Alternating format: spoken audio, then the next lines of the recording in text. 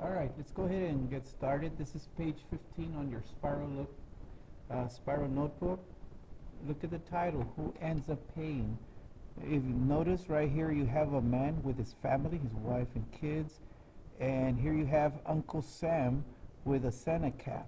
And it says, look, it's Santa Claus. And this is being very sarcastic because some people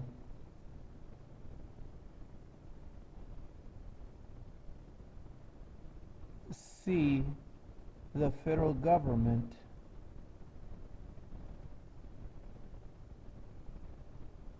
as an entity that gives away things. There are some people that do not work. Why? So the federal government can pay me. Okay?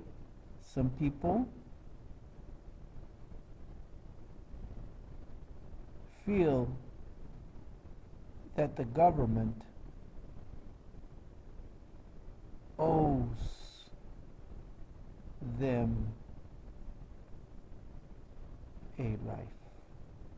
Keep in mind, we have a lot of federal governments that are there to help people, but some people feel that it's my right, okay? Here you have this guy, he wants something from Santa Claus, and it's not Santa Claus, it's actually Uncle Sam, all right? Let's move on to the next one. Look at the word entitlements. And entitlements, this is when people feel that they, again, are owed a way of life. And I see that all the time when I am at HEB. Like, for example, I'll be over here buying rice and beans, and you have somebody with lots of meat, you know, ribs, fajitas, and they take out food stamps and pay with it, okay? There's nothing wrong with that if they cannot work. But there are some people that do not work. Anyway, the government will take care of me. And that's what entitlement is all about. Look at all these items that are there. Okay, all of these things, let me write it down. These programs were designed to help people, and notice the word that I'm going to be putting, temporarily.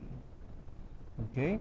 Like, for example, somebody's been working 10, 15 years and they lose their job. Well, they can go and get some, go to the government and say, hey, look, I don't have a job, and they'll get a check meantime. But what I've seen, and I have a friend that works at the unemployment office or employment office, whichever way you see it, and they'll say that you'll have an 18-year-old who has never worked a day in their life. Oh, hold on, there's no interruptions. A message from your counselor. Friday, this coming Friday, August 31st. All right. Hold on. Please make sure you submit your schedule change forms as soon as possible. That's in the counseling department. Thank you. These programs were designed to help people temporarily, and as I mentioned, one of my friends that works at the employment office will sometimes get an 18-year-old in there, and it's like, what do you need? Well, I need a job. I don't have a job. I need to get some money.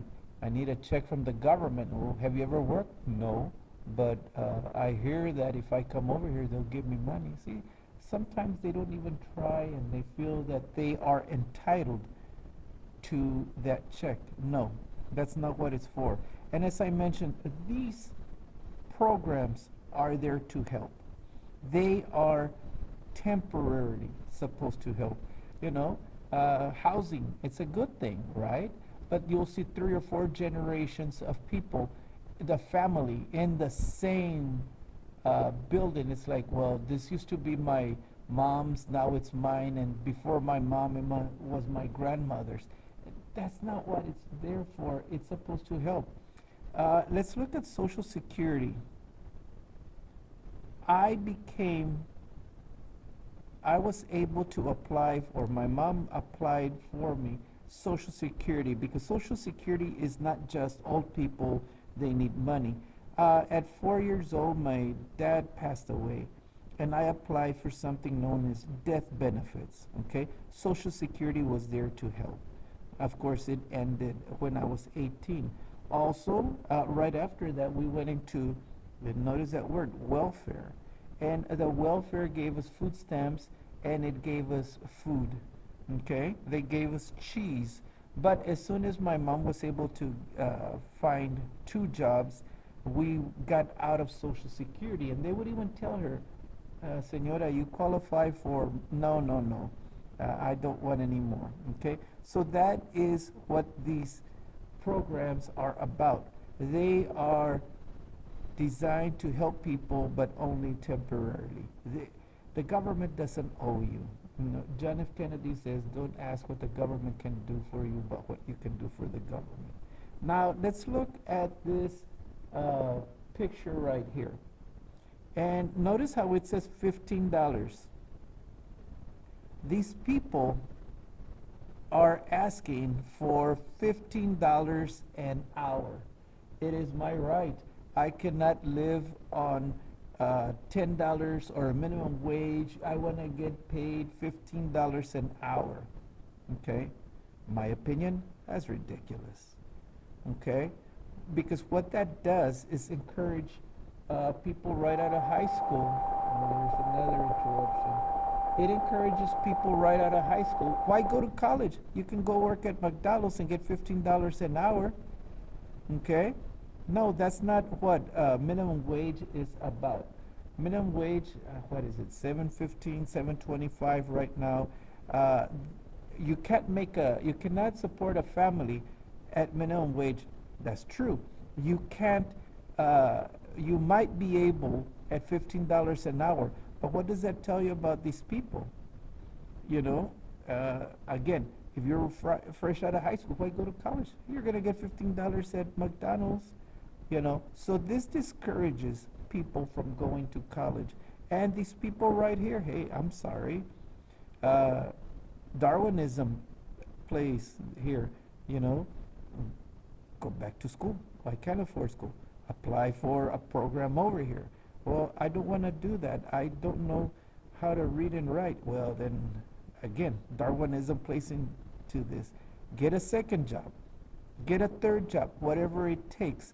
So the idea here is if you get $15 an hour, it will hurt all employees.